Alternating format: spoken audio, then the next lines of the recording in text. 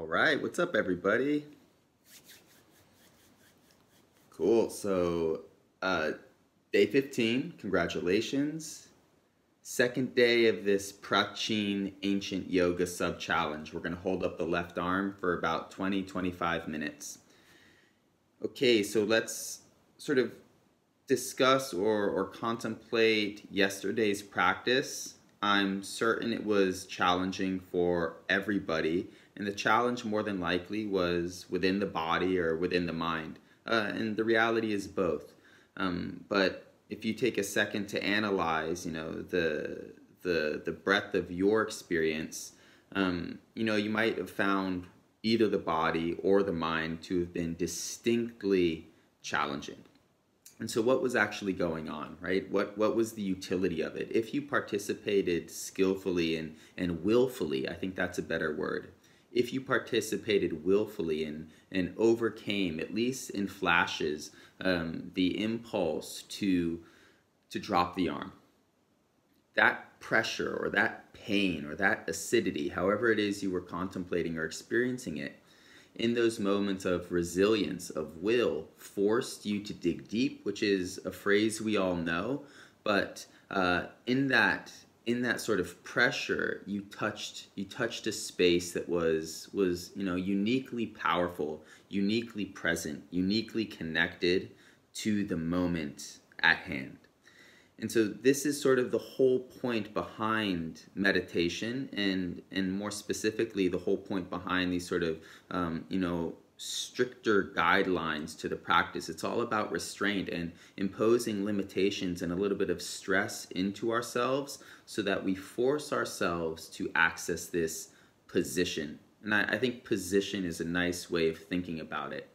And the more familiar we are with this position, and that position, literally sort of within our brains, is the firing of particular networks of neurons that over time becomes a really prominent part of our persona. And so every breath that you take, feeling that you're occupying this position, just consider that that is becoming more and more and more a part of your being, physically and psychologically. And so we impose this stress onto ourselves to achieve that space. And so before we get into the challenge today, I wanted to talk about, I mentioned yesterday this idea of bliss and the joy of sort of the fire of the arms, that if you're a powerful meditator, if you're occupying that position, you should be experiencing bliss. Bliss is a deceptive word, and joy, I don't think, was the best word to use. Bliss does not equate to happiness. Bliss does not equate to pleasure. Bliss does not equate to joy or sort of like celebration. It's not necessarily positive. When we're speaking about bliss from a meditative angle, bliss is anything that provokes more consciousness, because meditation and these ancient meditators, what they believe life to be is the blooming of consciousness. And whether that a negative experience encourages consciousness or a positive experience encourages consciousness, the negative or positive, the sweet or the bitter, is irrelevant. That's just sort of the play of the world changing its myriad forms to provoke our own awareness. Okay? And so bliss is just that. And if we reflect on what happened yesterday, you're holding up your arms. Certainly it sucked. Certainly it was uncomfortable. But if you played the game well, it provoked your awareness and therefore was bliss. And so as you start to build this relationship between consciousness and bliss, and they sort of like loop into each other, what emerges from that is truth. And so what truth is, my favorite sort of synonym for truth is inclusivity. What you realize is that all the pieces of the puzzle fit together. That everything, no matter how deplorable or horrendous or inconvenient or scary it is, we often reject sort of the negative, parts of life or the negative facets. All of these pieces, whether they last a moment or they last a lifetime, have a role to play in the grand scheme of life. And then we fall back into this idea of life being the sort of resurgence or re-emerging of consciousness Truth is our ability to see that everything holds meaning. And so if we sort of, the yogis appreciated these ideas and reduced these concepts of truth, bliss, and consciousness into a mantra. And the mantra is Sat Chit Ananda, truth, consciousness, bliss. And this sort of like simplifying of these ideas and then sort of chaining them together allowed yogis to sort of conjure them up in moments of practice, and then allowed them to utilize that through the penances that they were practicing, lifting the arms and whatnot, but also it allowed them to interact with life, often the negative situations, from that lens of inclusivity, from that lens of bliss, and from that lens of consciousness. And so I hope this all sort of clarifies what you're trying to do and what you're experiencing when you're lifting your arm up, and what you're experiencing in the initiation of life as well.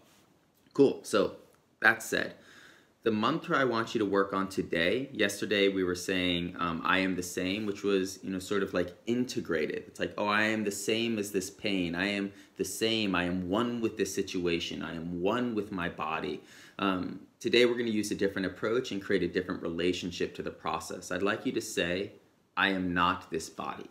I am not these sensations. I am not, I am not, I am not. And in that you're sort of repelling the experience and trying to create a little bit of space, drawing a line in the sand with what is not you, what is external to you, which is the body and the mind, and then what is sort of within you, or what is closest to this position deep inside, which would be consciousness. And so if you just repeat this mantra throughout the process, psychologically it's gonna create a landscape that makes this inner space a bit more clear and a bit more distinct. Cool, so let's get into this. We have 23 minutes to practice today. Lovely. Comfortable seated position. We're going to work with the left arm. This is called Urdhva Bhuj, the lifted arm penance. Okay, comfortable seated position.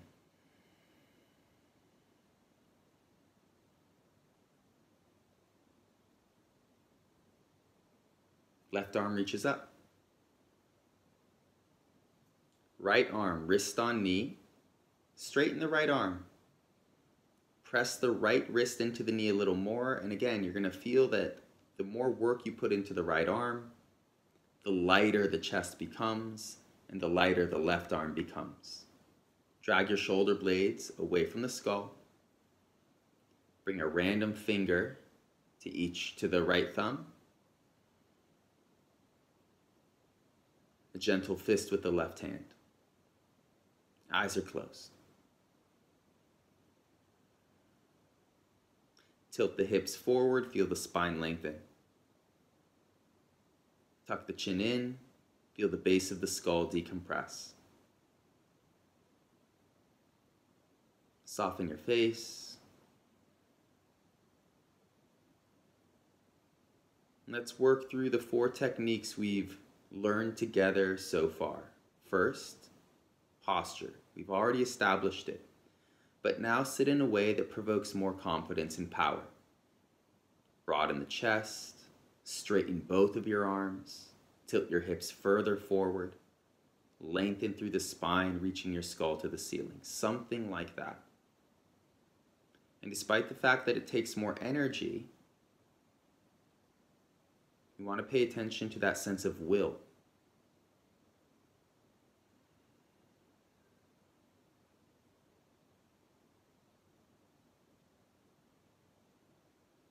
So now that you've built your pose, take a moment to mentally commit to stillness.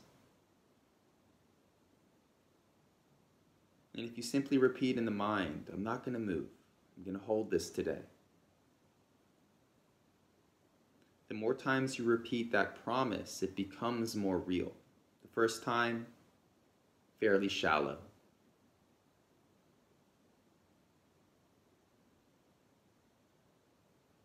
It's more a suggestion, a hope, a prayer. But then you say it again. I'm not going to move.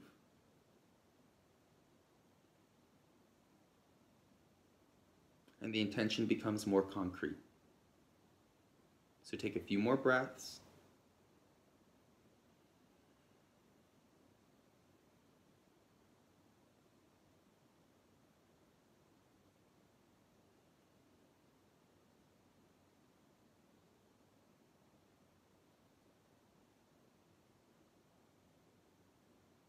All right.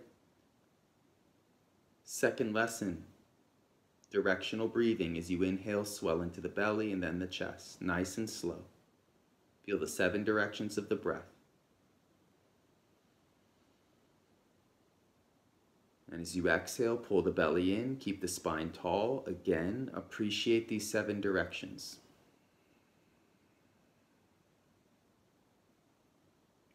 The more you commit to breathing into the belly, the more relaxed your nervous system is going to be, the more tolerable the acidity in the arm is going to be.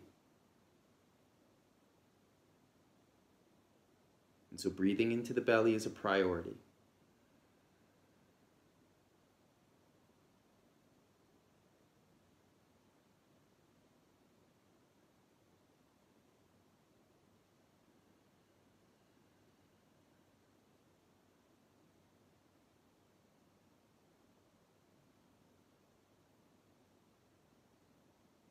Now let's all take a moment. As you inhale, hold the breath.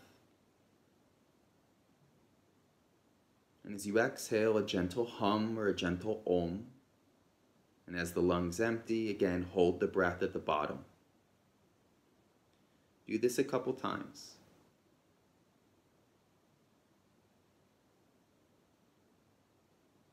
And so I want you to notice that as you hold your breath, carbon dioxide starts to build in the body as a whole. Carbon dioxide is acidic. The longer you hold your breath, the more acidic your entire body becomes. And that should feel good because it generates an experience of balance. Instead of the left arm, the raised arm, burning in its own independent acidity, the more you hold your breath, the body matches the intensity. And despite how intense it all is, because it's even, it's balanced, it's a bit more tolerable. And so you can hold your breath throughout the practice today to create that sense of harmony.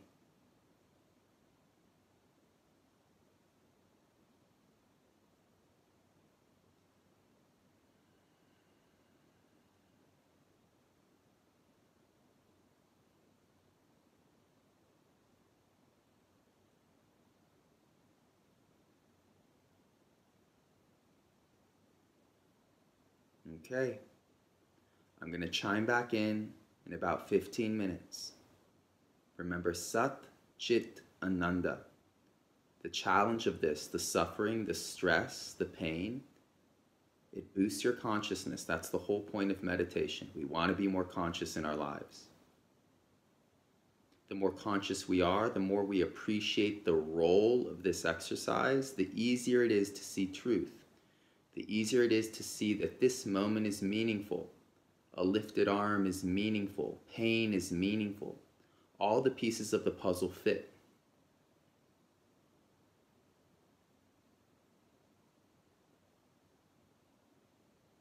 And the deeper point is hopefully this mentality will bleed out into the rest of our lives so that we see the world from a lens of inclusivity.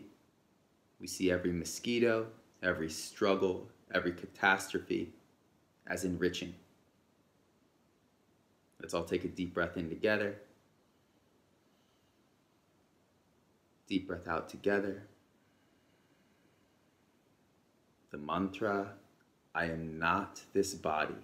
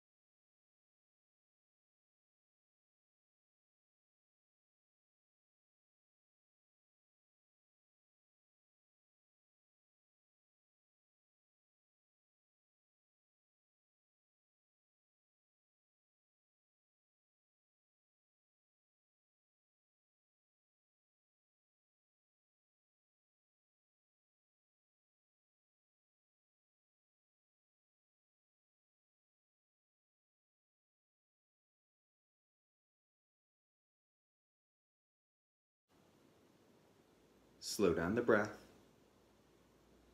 and breathe into your belly. If the acidity in your arm is intolerable, hold your breath intensely. Inhale, hold. Exhale, hold. Experiment.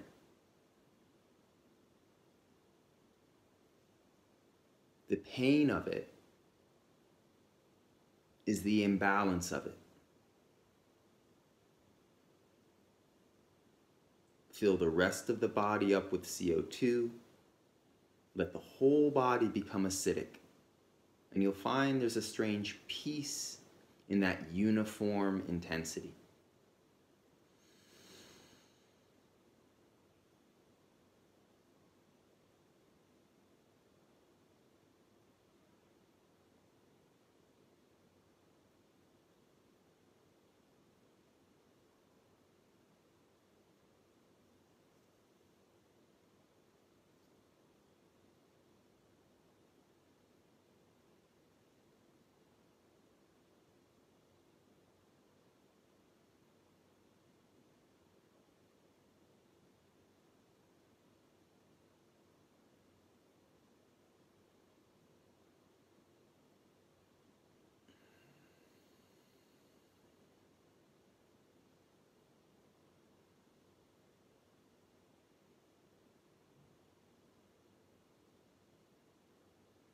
I am not this body.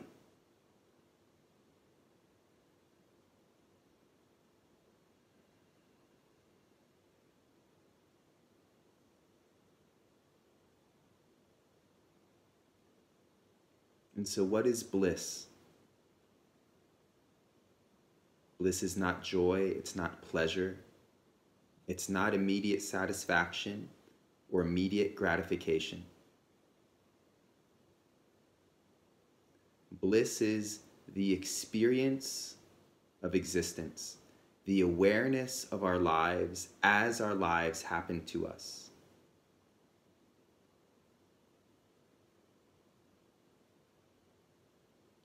Bliss is that which makes us more conscious. And so analyze your practice right now. Is the acidity in your arm, is the challenge of it enlivening you?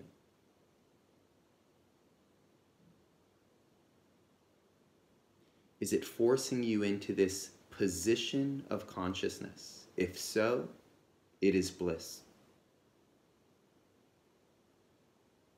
And now that you understand that meaning, and all of the stress is put together in an understandable way, it might open you to the actual physical experience. You might see past the mind's perceptions and feel that buzzing and tingling and solidity as actually pleasurable.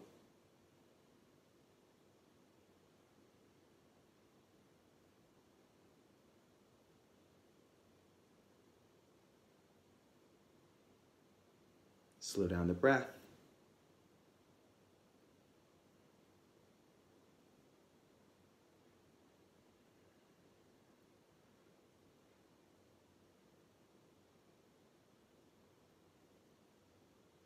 Okay, so let's end strong. Everyone, rebuild your posture. Hips tilt forward, spine lengthens. Remember, this right arm is a foundation, wrist pressing into knee. Gentle mudra with the right hand. Straighten the left arm a little more. Feel the shoulder tighten, as if it's turning to stone, locked in place. It feels good to be in control, right? Slow down the breath, breathe into the belly.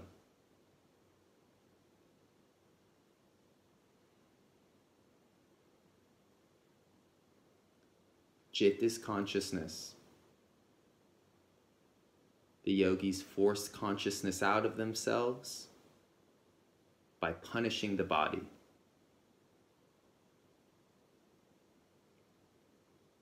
As we become more conscious, we can appreciate that suffering and struggle provokes that consciousness. That is bliss.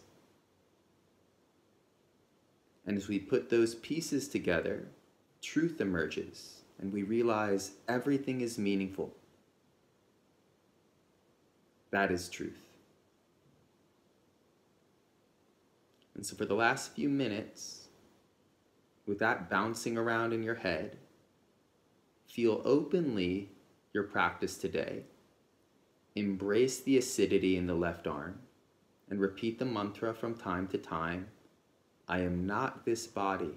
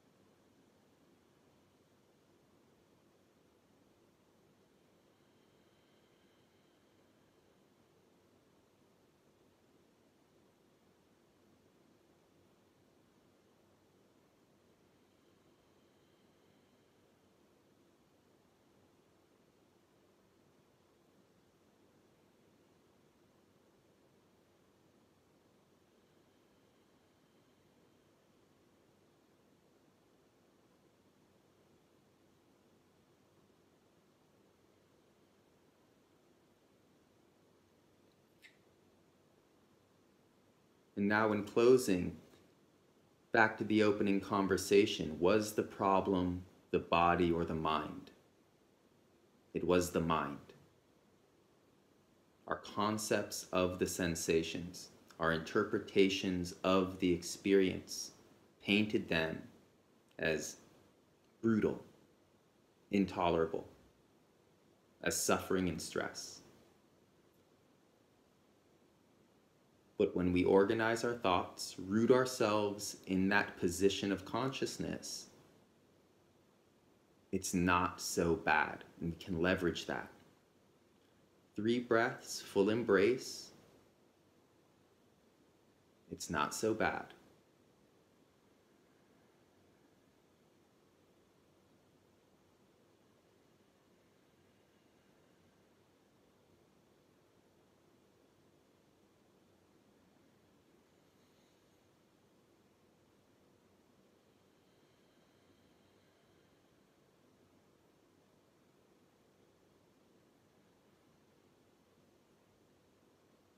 All right, slowly release the left wrist to the knee.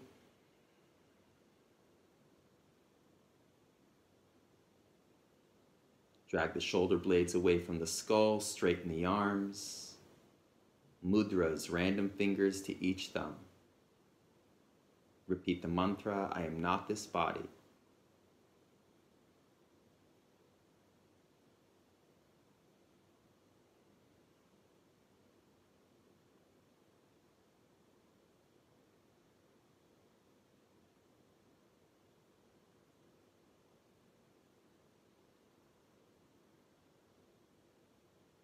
Bring your hands to heart center, relax your shoulder blades down your back.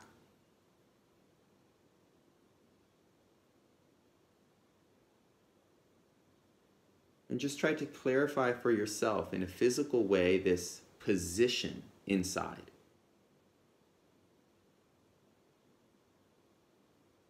In reality, it's a certain activation of the brain and a certain disposition of the nervous system. But you can map it out as a place. That place is consciousness. To the Prachin, to the ancient yogis, that is soul, that is Atman.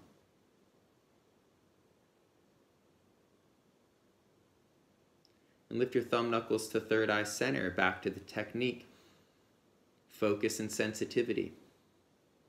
Feel the tingling of your thumb knuckles pressing into the skin of your forehead. And just observe that it is similar enough to the tingling and vibrating and quivering of the left arm as it was raised. It's not good, it's not bad, but it is enlivening.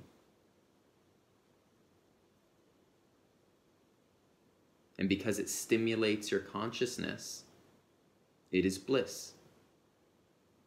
Let's take one more inhale. Deepen your focus as you exhale. Hold your breath, release your wrists back to your knees, random fingers to each thumb. Hold for as long as you can. When you need to breathe in through the nose, and then again hold your breath.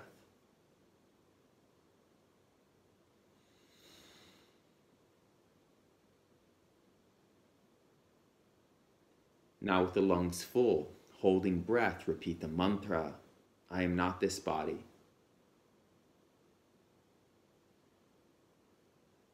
I am within this body.